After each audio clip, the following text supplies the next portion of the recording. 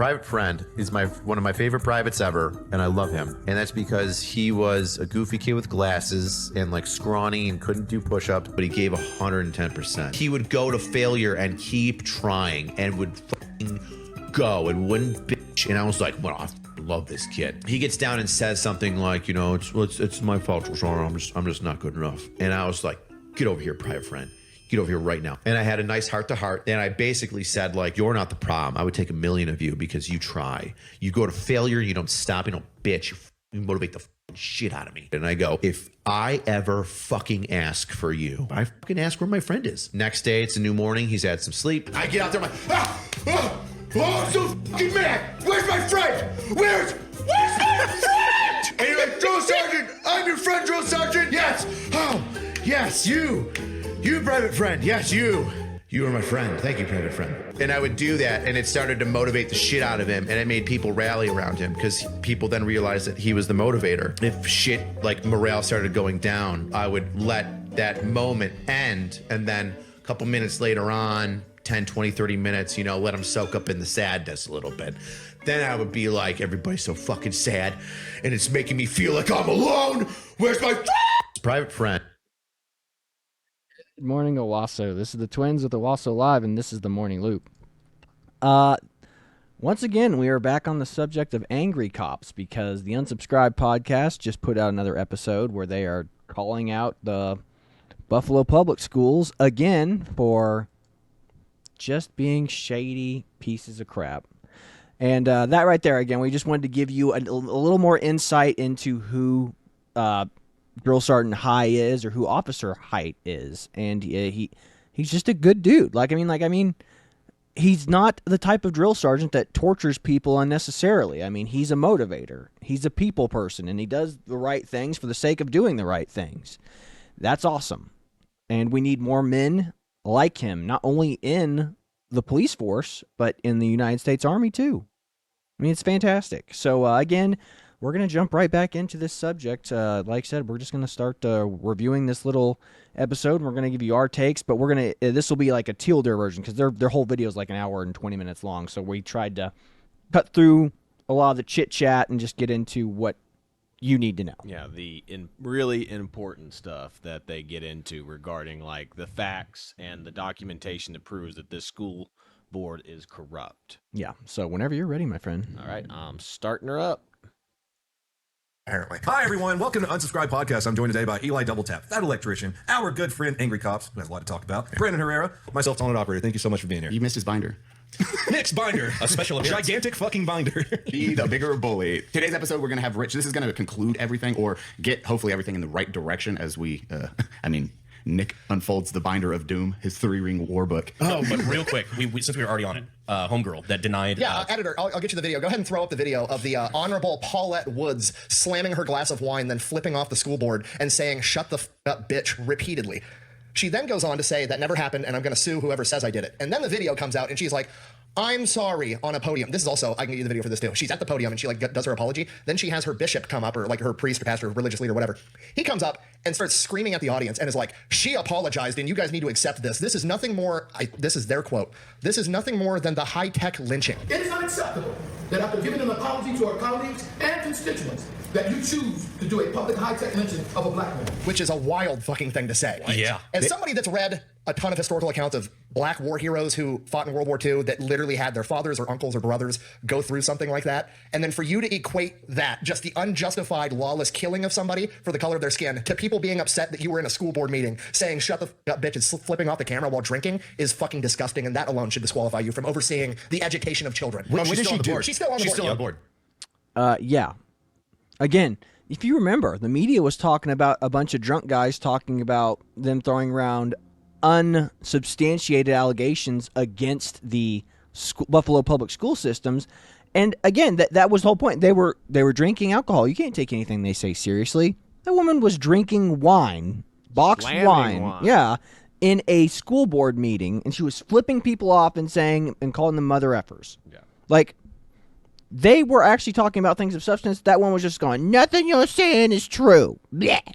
You know, I mean, like, ladies and gentlemen, the the double standards for the media are astounding. I mean, like I said, local media usually tends to be above this, but they're not, as you'll see in the next little time segment that we have stamped in here. They have a bunch of clips of the media dumping on them and not adding or having any scrutiny applied to the school board. I'll let it roll through because it's literally going to happen in like 30 seconds from now. So Good I'll deal. just let it play through.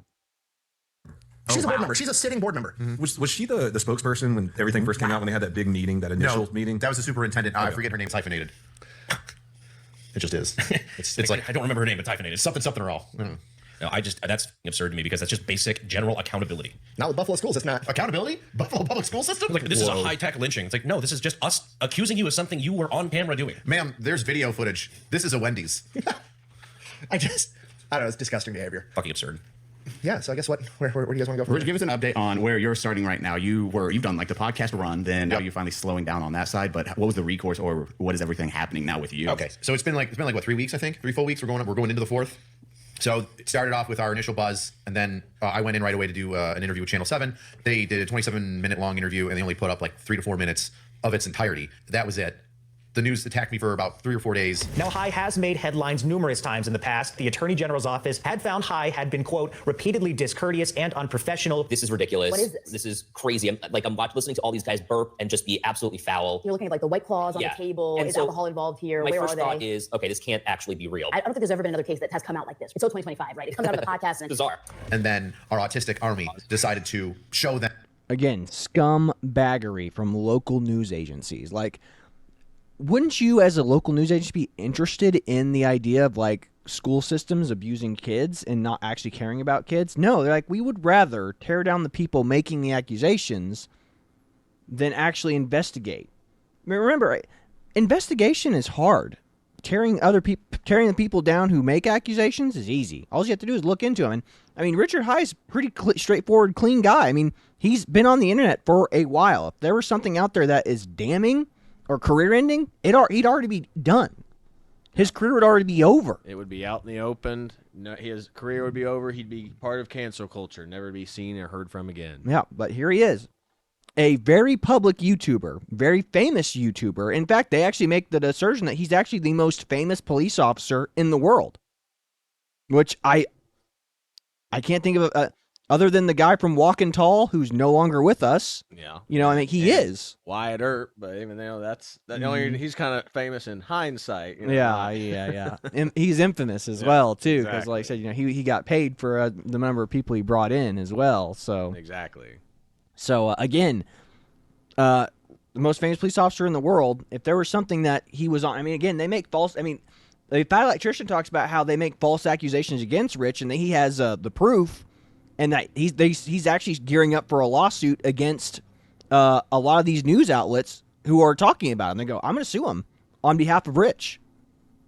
So that's awesome. I mean, again, somebody like the Fat Electrician who has that giant binder full of stuff, like, he's done his research. Yeah. He knows he has a case. Well, and getting back to it, it's the sheer fact that we need to start punishing people for spreading lies and propaganda and misinformation like this. And we need to start seeing punishment from this. I mean, the whole thing where the kid that went up had at the Covington school kids, that kid suing CNN was the best thing in the world. Yeah. It actually held people accountable. But here's the other thing, too. They talked about, remember they were talking about in the show at some point, actually, is one of the things I actually didn't clip where it was, but they were talking about how a lot of these people who were, they're saying basically that Rich is not a trustworthy person who can be, what do you call it? He can't be a witness in court because he's not trustworthy. He's That's on not the true. Brady list. The Brady list, yeah. That's right. Which isn't true. He's not on the Grady list. But you know what?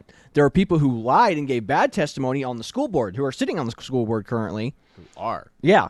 And they're on the Brady list now because their testimony was found not trustworthy. And again, you know what happened to them? Nothing. They lied under oath. Nothing happened to them. People, judges and people in the court, they need to start prosecuting people who lie under oath. If whatever the person that they are witnessing against or for, the person, if you lie under oath, you should have the same charges filed against you for lying under oath and put in jail with that person. Yeah. Like that's what they talk about with like females that make false accusations Yeah, against men. They should be punished the same way that the men are that they falsely accuse. Yes, absolutely. Imagine if you lied under oath and you were actually punished for it. Now, like I said, a lot of lawyers are going, but there is punishment for it. It's like, well, apparently not. So again, we need to have some accountability for, not just for women, but for anybody who's willing to lie under oath, and especially when it comes to safety of kids in public schools. 100%. All right, so we can continue on to whatever the next time is. Next point that you have on here is looks like it's that first teacher interview, and it should be about a 9-minute marker. Good deal. Coverage from the city of Buffalo public school system. One of them being a stabbing or a shooting at McKinley. One of them, I think, was a stabbing. There was an overdose incident and something else. The teacher, and the kidnapping. The teacher gave the kids THC gummies and the alleged kidnapping that he's now getting charged for. Those are all school other. The crazy one was the one with the teacher that warned them about that door. They're like, hey, students are taking knives through this door. The stabbing in Riverside. Yeah, they're like, no, that's not a problem. Student gets fucking stabbed from a knife that was snuck in through that door, and then they denied it. Oh, I have the footage, yeah. So in the footage, the teacher actually wrote up a thing, and I looked into him. He's the union rep for that school. Okay, so he wrote up a thing like, hey, I've had students bring in large knives into the school. They get them through school security because these schools have metal detectors or some screening process. They're getting them in through this door that's not locked and has a bad door. And he wrote every school board member and sent it to him repeatedly for, I believe it was like 19 months that he kept pushing it. God. Was the reply, you bitch? He apparently in their process, you have to push it up the chain of command, and there's 3 levels to get something approved. The first level was denied, and that's just like your direct administrator. He denied it. It's like, no, it's not a problem. He appealed it and pushed it up to the school board, and the school board denied it. Then he was still pushing to have it reviewed a 3rd time, and then it's on the superintendent. Between the 2nd and 3rd time, the stabbing at Riverside happened. That he was trying to get the issue fixed before it became a potentially fatal issue. And then they magically approved it on the 3rd iteration after somebody had to get stabbed. Which is what he complains about. He says, this is reactionary. Why are we reactionary? Well, he calls it, because that recording was before the stabbing, or right after. And he goes, you guys had to wait until somebody got stabbed, just like I predicted. And sure enough, somebody got stabbed. Now you're going to approve it. Yep. And then the school board member has the balls to stand up there and be like, you never told us about this. Oh, starts getting in a screaming match with him. Yeah. And like all the other you. teachers give him a standing ovation as he's walking away. So I'll get the editor of the video. You can go ahead and play it. It's like 2 or 3 minutes. It's crazy. I just want to be clear that all the time we spend here in this fantasy land world, when students at Riverside are getting stabbed, there's fights there every single day. 911 is called on a regular basis, and no one has even come into the school and had a meeting like this and talked to parents and talked to teachers and talked to our students and said, how can we protect? Excuse me, this is my time. This is my time, You have 2 more time. This is my time, sir. If you would have came to me and told me a situation about a knife, at that point, I would have called the authorities and took the proper action. With Okay, no, you asked me. I can refresh your memory if you want to know. Mr. Hurd, the speaker has the floor. I told you about the knife. The speaker has the floor. Thank you. I filed a grievance 19 months ago, and it was very detailed. In that grievance, I talked about how a student brought a knife in the side door. It's written in the grievance, which I sent to you all.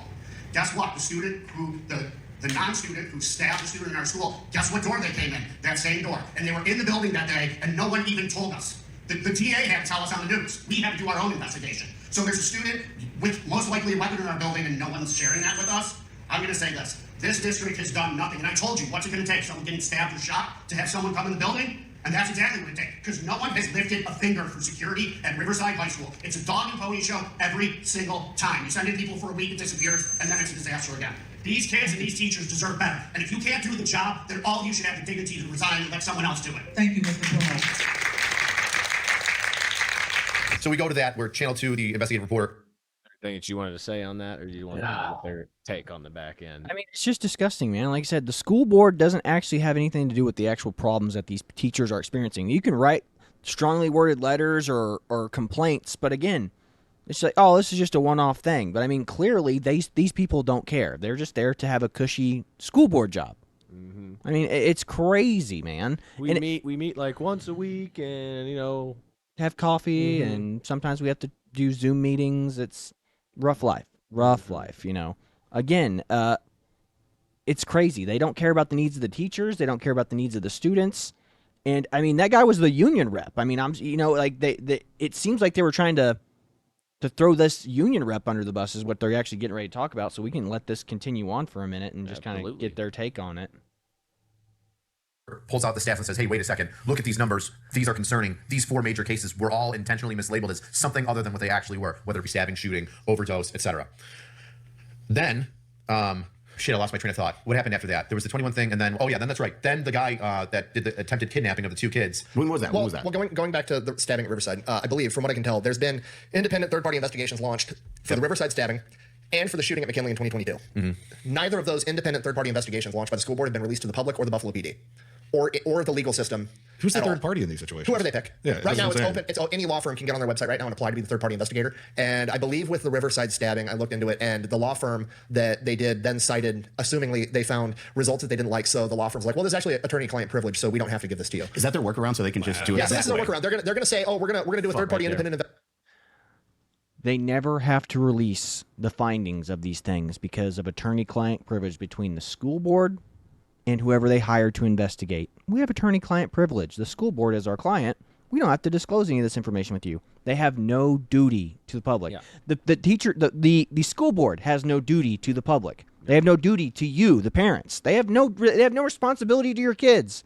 It's about protecting their asses. Well, and the other part too is I think that the same lawyer that they got to do this investigation is also part, like it runs defense for the teachers union as well, which is a conflict of interest. So goes to show you more corruption within that. It's like, don't worry, I'll investigate it and we'll find the corruption. Yeah, again, we investigated ourselves and found we did nothing wrong. No wrongdoing done on our part. Guys, this is disgusting. It's evil, man. Like I don't know what else to say. I mean, this is obvious apparent corruption, and they're hiding behind technicalities, like going, oh well, we can't release this information because it's about students. We can't release student information to you because they're just kids. They're minors. They're hiding behind these behind these, what do you call it? Legal terminology and whatnot, and rules and technicalities, so they don't have to disclose anything to anyone. So nothing can ever come down on them. They're just hiding from responsibility. Again, they don't take the Jocko Willink thought process where it's like the quicker you can draw that line, whatever the problem is, and draw that line back to you, is the quicker the problem's going to get solved. But they're like, no, this is an amorphous problem that no one could have foresaw coming. It's like, I don't know. All you have to do is fix a lock on a door.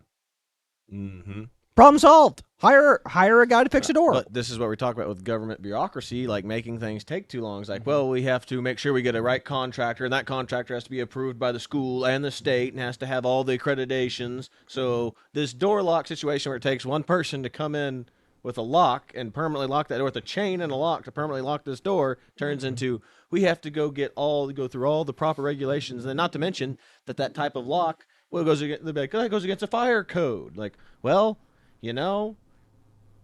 something's got to give at some point. Something's got to give. Either it's the student safety from being stabbed and kidnapped, or a fire hazard. Yeah. Again, bureaucracy tends to be the death of common sense and practicality. So go ahead and you want me to get to the next part? Or you can see it. You can ride on this just a minute longer, see if they say anything useful, and then we'll move on to the next thing. Investigation, and then once we have the results, if we don't like them, we're going to claim it's attorney-client privilege and never mention it to the public, and the public's going to forget about it by then. This doesn't require an investigation. It's That's just what they're hoping fact. for. Forget about it. Part.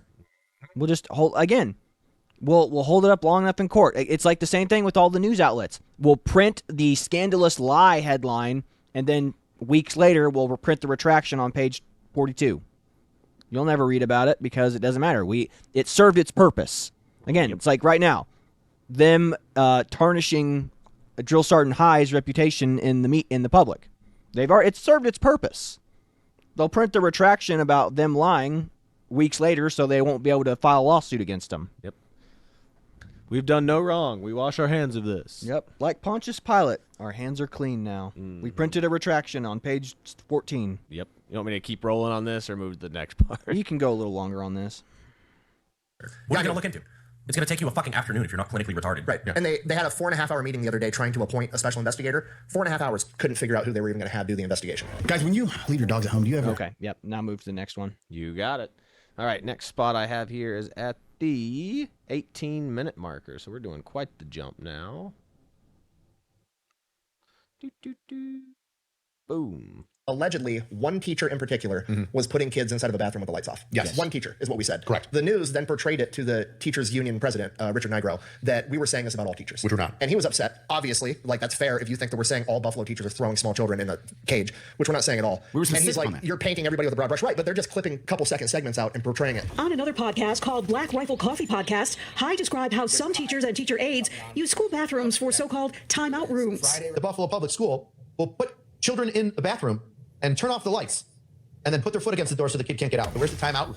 Oh, it's the bathroom. Timeout room is the bathroom? Yeah. What do you do in the timeout room? Well, my teacher and the teacher's aide, the Buffalo Public School, will put children in the bathroom and turn off the lights. Wow, So- I wonder what that's like. Yeah, exactly. Geez, the news doing that to two people who are trying to better the environment for people in their community? Brandon, who would know what that feels like? You know, this is why I think that media trust is at an all-time high. Oh.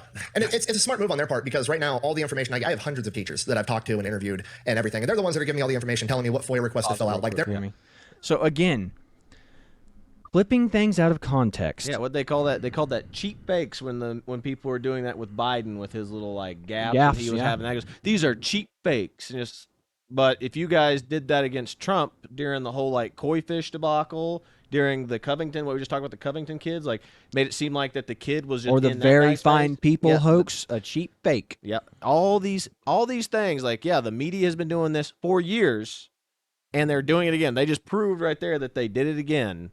And again, this is how the media works. Imagine if they did this to somebody, just a random cop who doesn't have the influence and following that Drill Sergeant High has. I mean, could you imagine? Like, I mean, his reputation would be over. He wouldn't be able to work in his community. I mean, again, High has a fairly successful YouTube channel. He'll survive. If he started doing this full time and not working as a cop and working as a drill sergeant, he could probably put more effort into this and probably pump out twice as much content and make more money. But he likes being a cop. He likes being a drill sergeant. Mm-hmm. So again, this is what's so disgusting about the media and how evil they are. They don't care about the truth. They care about protect. And again, I don't understand what kind of connection the school board and the media could have. This goes to show you there is some crazy connection between the media and the school board, or I'm assuming maybe the DA's office or some well-connected government officials and are connected with the local news media. It's crazy. Yep. And yeah, I completely agree with that. And the whole fact is that they've been doing this for years.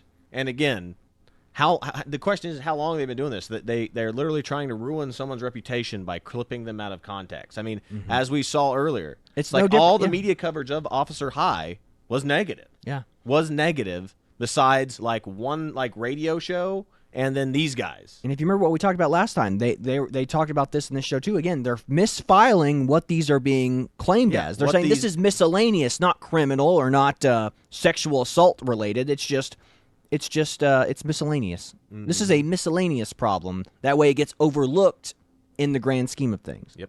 So there should be another part of the video that should come right up after. Sure. So we'll just keep playing this one through. They're the ones that are helping. By and large, all of these teachers are great people trying to do what's best for these kids, and they all feel that their hands are being tied behind their back. They're not allowed to do what needs to be done to keep these kids and themselves safe, and the administration is intentionally doing it. I mean, you're 2 decades into your career at this point, and you've never been written up in 20 years. Never. All of a sudden, instantly. Getting called down to the administrator's office. And the odd thing about these write-ups, they weren't anything. They had no backing. It was just to intimidate me. I mean, it just got crazy. I mean, I just pulled it up before I got on with you, and I have this document. It's like every other day we were getting called down, and I got to the point where my phone would ring in my classroom, and I would get sick and I would puke because I would literally go to the bathroom and puke because I was being tormented every day and supposed to teach kids at the same time. And it makes you physically ill because I'm not used to treating people this way ever. And I'll tell you what, it started then, and up until a month and a half ago, it has not stopped. They have not stopped retaliating against me, and it's almost gotten worse. So what they're doing is they're coming out and making it seem like, we just want to burn everything to the ground and go after these teachers. We don't. Like, the teachers are great. It's just not even all of the administration. Some members in the administration and the culture that they've created are not safe, and it doesn't allow these teachers to do their jobs. Which is really fun that you have teachers on the inside that are essentially like with telling you what FOIA request to file and shit. Oh, yeah. That's basically like they're giving you the exhaust port plans on the Death Star. Like, please, for the love of God, blow this up. Well, the scariest part to me is every single, with the exception of like 1 or 2, and the 1 or 2 that I've talked to, the only reason they're not terrified of losing their job is because the school board has already gone after them repeatedly and tried to fire them and lost in court. Correct. Nice. The gentleman that we've already showed the clip of at that school board meeting, that was a union rep. I forget what instance it was, but he got into it with the Buffalo School Board over some safety stuff, and they put him on paid leave for 2 years while they tried to fire him. Including other people? Including, because he was the head of the social studies department. So not only did they put him on paid leave, they put the entire social studies department, which I believe was 5 teachers in total, on paid leave for a year, and tried to fire all of them. And by sheer coincidence, the other 2 social studies teachers of the 5 that they put on paid leave were the other 2 union reps for that school. Almost like they're trying to union bust, which is illegal. Oh, what the? Again, how crazy is that, guys? How crazy is that the teachers that try to do the right thing are punished? And you'll find out here in a little bit when these next two interviews that we're going to show you with this teacher that, I mean, like, they're not even allowed to call the police when kids have medical emergencies. They're supposed to call administrators to give them the clearance to call the police. It's like, if a kid's dying in front of you, you don't go, let me call an administrator and see if they'll let me call an ambulance for this kid. The whole thing with the Me Too movement where, like, guys were getting sued for performing CPR on a woman because they didn't ask permissions. Like, if she's dying, you don't ask permission from somebody before you give them CPR or whatever. Yeah, you do what Absolutely you got to do to ridiculous. save them. And that's what this is. It's the schools being like, you will call us and we will determine whether or not we need an ambulance or whatnot. Because we can't have the school looking bad with an ambulance showing up and taking one of our children out. Yeah, I mean, it's absolutely batshit insane. But yeah, go ahead and forward it on to the next stuff, the next clips, because we're giving away, too much detail. That way, people can see for themselves what they need to see here. Because I mean, it's just crazy. Absolutely, I've got it right here. 39 minutes in. with the City of Buffalo school system, whether it be video evidence or physical evidence like this bag. Richard, isn't it a crime? Destruction of evidence. I believe there's something. I'm anticipating right now because I believe New York State Penal Code has that. Sounds like justice is being obstructed. Now, Hold so on. like that's pretty bad. But You could actually go back a little bit on that one, and that's where they're talking about. If you remember the incident where they talked about where like a teacher gave kids brownies, but it wasn't brownies; it was actually gummies. It was weed gummies. Some kids got high off weed gummies, like young kids, and they were talking about how the police officers showed up and had they were looking for the bag of weed gummies so they could figure out what dosage the kids took to determine whether or not they were going to need to go to the hospital or not. And, like when they finally figured out the bag was like 500 milligrams or something like that per gummy or something like that. So the officer went back and then talked to a medical professional and came back to collect the evidence. And the admin staff at the school, at Buffalo Public Schools, disposed of it. They said, "Oh, sorry, we lost the bag." You mean the bag I was just here like 2 seconds ago to grab? The officer was like, and they were just like, "Yeah, we've misplaced it. We can't find it." Like that's what that whole little bit you just saw was them talking about that. Right, I think this is it back here. I think I've gone back far enough. Let's see. they pull up to the school and nobody will let them in. The doors are locked. Now, if a child is overdosing on an illegal drug, I would either A, have somebody sitting at the curb waiting for the EMTs to show up and then immediately take them to the children, or I would have the children outside waiting and hand them off. Not what happened. Took the EMTs, I believe he said 8 to 10 minutes to find someone to let them into the building. And nobody would even come to the doors. It was actually the security guard from the parking lot that came in, and the security guard's like, hey, what's going on? He had no idea. He had not been briefed on the issue. So it took them somewhere between 15 to 20 minutes from arriving on the scene to get to the children that were overdosing on an illegal drug. And then once they got in there, the principal was apparently just didn't really give a shit. The school resource officer that was there comes up and is arguing with the EMTs, like, what, do they really have to go to the hospital? They look fine. And the EMT is like, yes, they're going to the hospital. So that was an issue. And then a patrol officer showed up on the call as well. And the SRO and the patrol officer got into like an argument about why that guy shouldn't have even shown up and the SRO had it under control. Meanwhile, you said this kid has a resting heart rate of 130, correct. He's having the worst day of his life. He just had 500 milligram edible.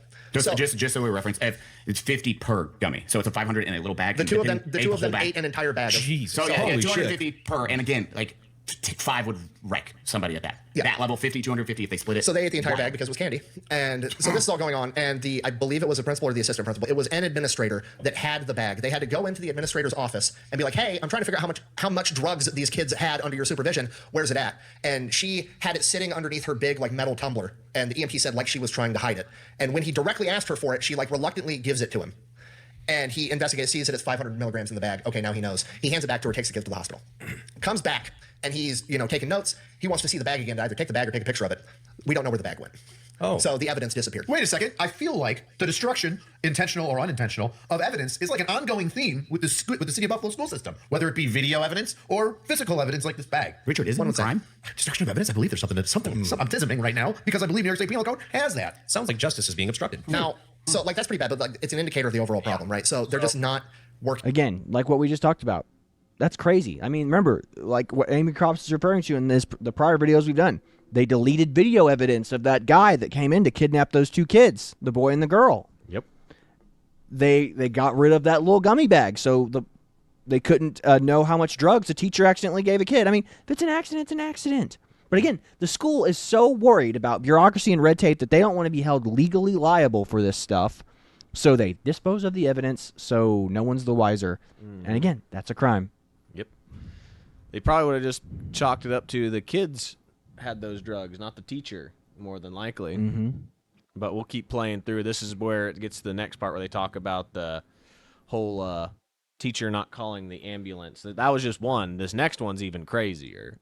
Working with first responders in the way that they should. And all the teachers have told me this. They're not allowed to call 911. They have to do everything through the administration. And I interviewed another teacher who wanted to remain anonymous, so we're going to play that clip here in a second.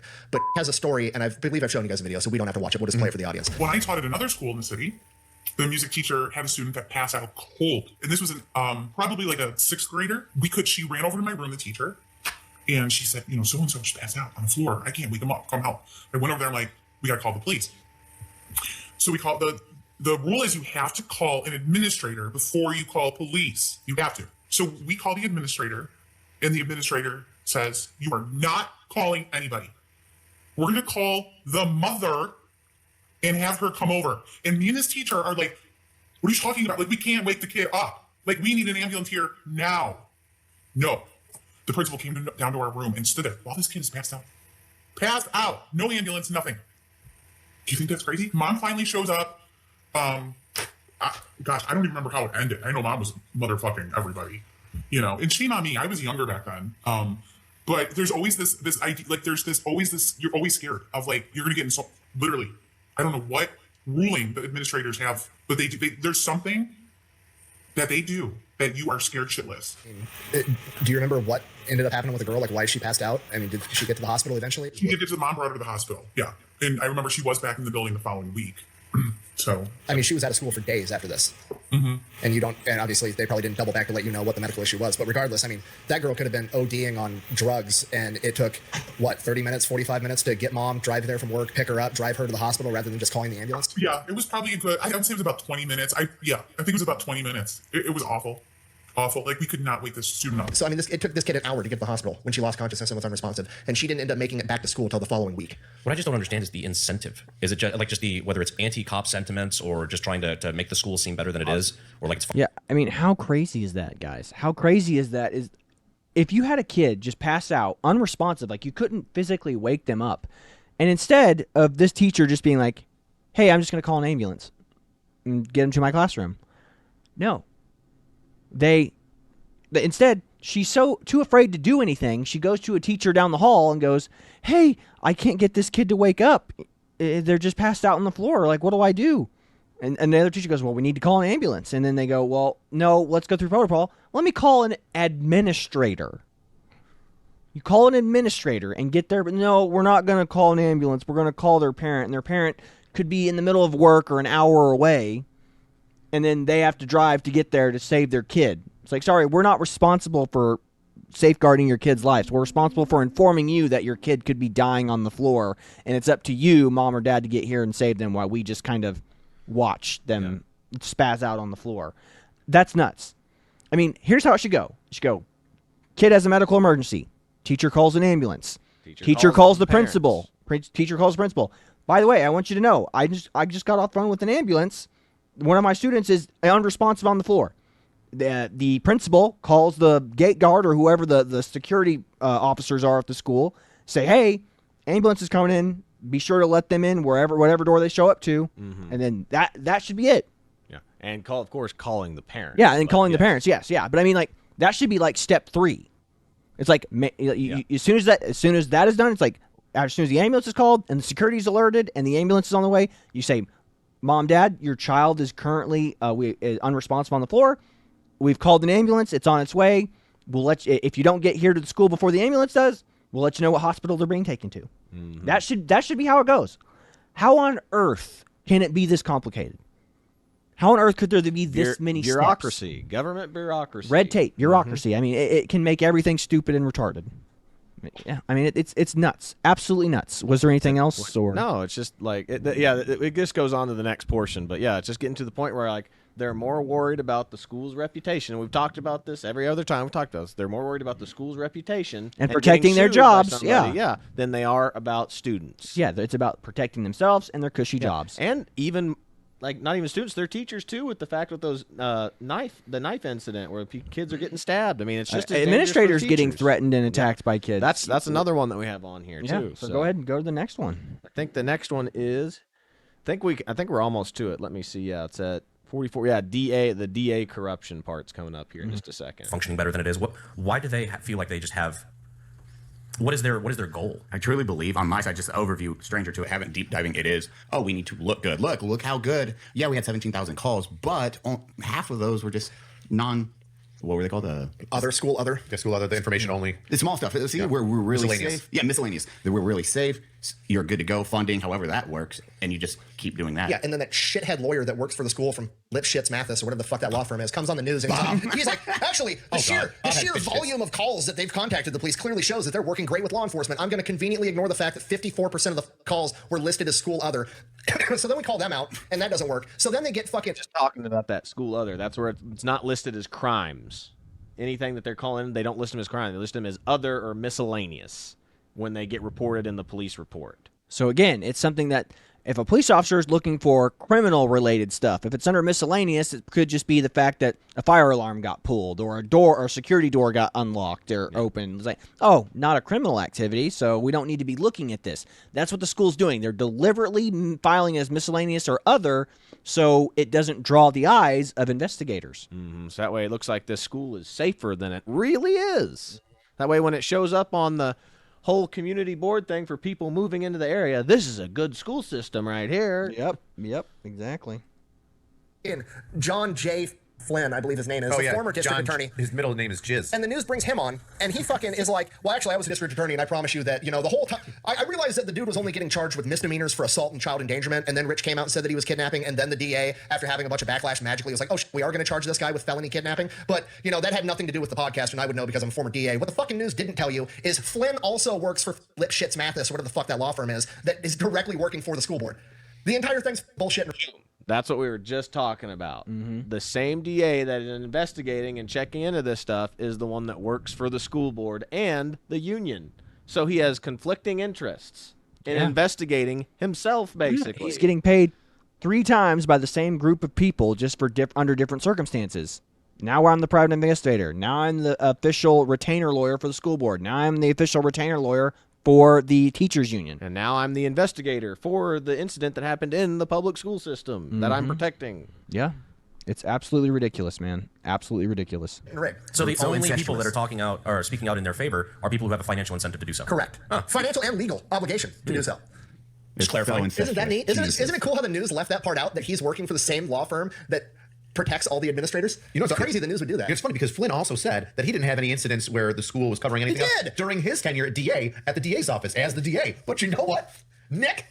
It took me all of about 15 minutes to find out that not only was that a fucking lie, you can actually still go on change.org or change.gov and sign a petition to this day demanding that he step down as DA because he refused to prosecute childhood sex crimes appropriately.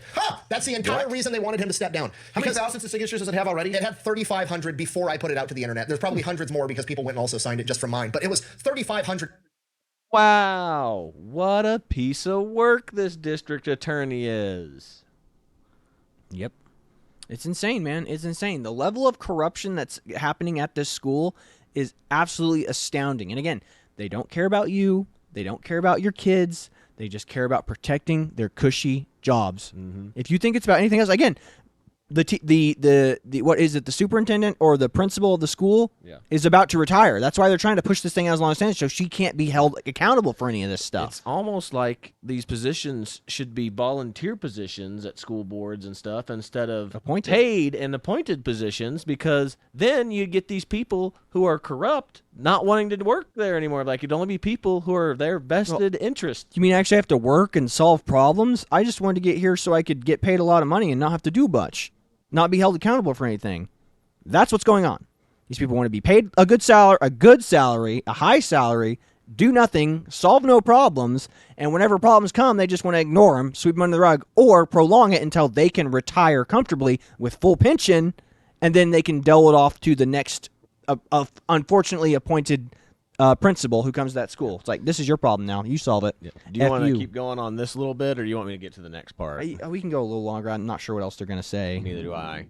People legitimately from Buffalo that would have signed this thing, demanding that he step down for not properly addressing childhood sex crimes. Do you have any like a single instance of those? Just one of the stories. So a lot of the story that it goes back to is in years prior when he was a DA, the Archdiocese, the Catholic Church operating in the area of Dubuque, had a priest or multiple priests that had been accused of childhood sex crimes, whatever, and he apparently did not do his due diligence in investigating and punishing those sex crimes. And I think the Archdiocese of Dubuque is like in a state of bankruptcy right now. That's the DA. That's who they are That's who's who's defending the school board in this particular case. He is on their side. He's protecting them, and he has let's just put it, a very colorful history. He's got a DUI. His daddy got his DUI scrubbed, and like I said, didn't punish child abuse and sexual abuse of children appropriately. Didn't pursue it harshly, and again, this is Democrats 101, man. Yeah. Why does it seem that Democrats Protect the always criminal. pertain to protect criminals, especially criminals of child offenders, and especially nowadays regarding that things like their obsession with the whole like transgender and LGBTQ group. It's literally, they were like, F the victims, literally, like on Epstein Island, F them, and F them in the public schools, and, like, I won't prosecute them because, it was just a crime of passion. Like that kind of crap. It's just disgusting, man. Like, this whole thing with like minor attractive persons trying to like unsully things that are really taboo. Like I said, no, he's a pedophile. He's not a minor attractive person. He's a pedophile. Either way, we're getting off topic. Let's go ahead and move on to the next portion of this. All right, it's next portion here is not releasing the names of student criminals that have committed acts of violence against staff members. Again, and this is where I was talking about weasel language, weasel technicalities, like going, let's say you had a kid that goes to school at your school. He stabs and beats up a bunch of other kids, and they don't release his name because he's a minor, so the police officers can't actually arrest him, charge him, or take care or solve the problem, really. So they're protecting a kid who is a minor, but this minor is in your school causing chaos, assaulting teachers and fellow students. They're like, sorry, we're according to our policies, we're not allowed to give you, officer, this kid's information because of, he's a minor and he's entitled to his privacy. So, just let kids keep getting beat up and stabbed in school, and teachers too. Yeah. And again, this comes down to the point. I remember them putting on like plays and stuff like this. And you remember in high school about 17, 18-year-olds being charged as adults in crimes. Like, I'd say it depends on the freaking crime. If it's like murder or like violent assault, yeah. Now, maybe drug-related paraphernalia type stuff, yeah, maybe you can still try them as a minor. But if it's something like violent, yeah, definitely try them as an adult. Hand over their information, because you think that after they graduate, they're somehow not going to be a piece of crap. Yeah. Yeah, go ahead and we'll run through this. I believe so. Okay. The janitor is stomped pretty bad and beaten up by these kids. Jumped. The officers go to the janitor. School. They talk to the principal and say, hey, this is serious. We need the video of it. And also, we need to know these kids' names. And the school principal said, no, not giving you anything. Not giving you the kids' names. And they're like, okay, but they're suspects in a crime. They jumped somebody at your school. They attacked basically one of your staff. We need to know who these people are. Even if we're not going to make an arrest and we go throughout the whole process, we get them counseling. Something needs to start. We need their names. The principal refused, called up legal counsel, said legal counsel also told me to tell you to kick rocks. I'm not going to do that. This is all on body cam. And then the officers had the wherewithal to say, hey, here's a supporting deposition. I want you to sign the supporting deposition stating that you are refusing to give me the names of the suspects that assaulted your staff because they're individuals who go to your school. And she signed it. Oh my God. So so she wrote the deposition. I'm refusing per legal counsel, if I'm not mistaken. I'm refusing per legal counsel. At least I'm refusing to give you the names of the children, juveniles, 17, 18, who gives a shit, that assaulted one of my members of staff. So they don't care about any staff, or it's just how their reputation is all they give a shit about. Because they're not protecting their own and they're not protecting the kids. They're not protecting anybody. So now these two kids can go, they've got carte blanche. Why not go assault another staff member? Why not go assault some kids? Teachers, or the principal's not going to give any of my information away to the police. So there you go. Families that have their kids in schools, the principals are allowing juveniles that are assaulting grown adults to remain around your children with no recourse. If your kid's being bullied at a Buffalo public school and you're not getting the response that you think you require to address that issue, this is your red flag. You might want to get involved. And I believe there's actually a couple of class act. I'm going to hold off right there and just talk about that. That is wild. That is absolutely wild right there. They can't do anything about it. And this is what we talk about with crime and punishment. Is like there has to be a punishment towards a crime. If you just do the little hand slap, little, oh, get out of here, like what's going on in California with their lax on, violent crime, they're going to continue to do it. If there is no incentive, if there's no reason for them not to commit a crime, they're going to continue to do it. Again, mom, dad, your kids go to public school. How would you feel if some random kid stabbed a janitor, beat up a janitor? Imagine if a group of kids jumped a janitor and beat up other students and other staff members of the school, and the school was like, sorry, we can't give you that information. They can't be punished outside of the school system. We can either suspend them of our own volition or do things like that. It's like you have violent gangbanger criminal kids in your school jumping not just students, but staff. And how does that make you feel? Are you comfortable with your kids going to that school? Are you comfortable with the fact that there are criminal element students in their school with your kids, and your kids are going to be at their mercy? No criminal recourse will be brought against the kids that are jumping your kids or staff members at the school. How does that make you feel, Mom and Dad? Are your kids? Does that make you feel safe? Do you want your kids to go to that school? If they're willing to attack a janitor, they're definitely willing to attack your kid. Yeah. I mean, it's crazy. It's absolutely crazy. So, I mean, I don't know what else to tell you, folks. That right there, it should be the most eye-opening piece of all of this. Sorry, we're going to protect the kids who are criminals and vicious thugs. We don't care about the kids that, your kids just have to go to school and they have to learn how to deal with it. Because that's what real life's like, too. Yeah. Except the only difference is they'll be punished outside of the school system. They won't be punished inside the school system. And if they have the balls to complain about being bullied or harassed to the school board, they're going to get told that they're liars. Mm-hmm. Yeah. Crazy, man. What else do we have? Was there anything else even, Mark? They talk about the little part right here where they talk about the school's lockdown procedures during that kidnapping. Oh, yeah. And then there's the other thing that you talked about. Yeah. Then there's the other thing that you wanted to talk about, which was the whole, how the board members, there's really it's only 3 or 4 of the board members of the school board that are a sorority girls that all protect each other. Yeah. And that are the ones that are always interacting, and they're the ones yeah. that... Yeah, so the 2 other things that are here that we don't really need to go into detail on because we've gone over them a million times in the prior videos. Again, the school sent home a letter with all the kids. Remember when the kidnapping thing happened where that guy, the random stranger walked in the school and tried to kidnap 2 young students in kindergarten? And the boy peed his pants. Mm-hmm. They sent home letters with the kids, and the letters were very vague and defined, and actually lied that they went on lockdown. The school actually never went on lockdown, which is crazy. They sent a lot. They went on shelter in place, which is for storms and bad weather. Yeah, not a lockdown. So they lied. They sent home letters that are legally lies to the parents, and made it seem like nothing really crazy happened. An incident occurred, and all the kids were protected. It was whatever. That. They didn't give the parents any details of the situation. Yeah, there's the three categories where there's a shelter in place, which is bad weather. There's a lockdown, which is where they lock the schools, and there's a lock-in, which is where you get the kids locked in whatever classroom they're in, and then the teacher has to do accountability and send it up to the principal. The way to realize that is it's shelter in place is the doors aren't locked. Everyone just stays inside the school, like in bad weather. Locked down is where the doors are locked. The interior doors to the school are locked. Nobody can get in. Yeah, nobody can get in. Then there's a lock-in or a shut-in, which is where the person is supposedly in the building and all the teachers are supposed to lock their rooms. Yeah. So, again, lies. Printed lies sent home with children to the parents to make it to blow over the situation like nothing happened. And again, the other corruption thing is allegedly some of the women on the school board are sorority sisters, and it's kind of a nepotism appointee thing. Yeah. Well, they say that they're did they say they actually were? I thought they were. They said allegedly. Yeah. They were. Yeah. So I don't know that for sure. That was just something they brought up there at the end. But that's really all that we've got for you today about this. This is absolutely nuts. We went longer than we anticipated. But again, there's just so much going on. It's so dense. There's so much information being put out. Yeah. And these guys, again, Drill Sergeant High is doing the Lord's work. This is just for the Buffalo school system. If there's something else like this, if something like this happens in Owasso, I hope that anybody that's local here shares this information with us. We'll be happy to get it out there. This phenomenon is probably not even unique. I mean, the red tape and bureaucracy is everywhere in every single school system all over America. So, I mean, don't think this is unique or special to just Buffalo. This is probably happening all around the world right now. The only reason this one's getting blown up is because the most famous police officer in the world is talking about it. Yeah. Drill Sergeant Richard High. Yep. 100%. And again, thank you, Richard High, for coming out and doing this.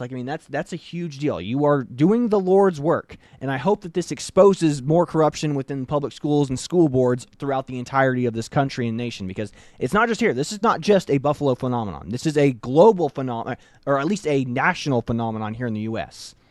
And it needs to be handled.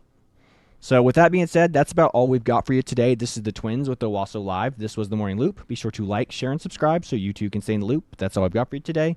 God bless you. I'll see you later, everybody. I don't give a goddamn how famous I am or whatever. It don't matter to me because I'm about dead anyway, so what I give a shit? What in the hell do I care? I don't. If nobody can't take me like I am, they can simply kiss my goddamn ass. I mean, I am popcorn by God Sutton, and that's it. And anybody don't like the way I do, what I do, fuck them, is what I say about it.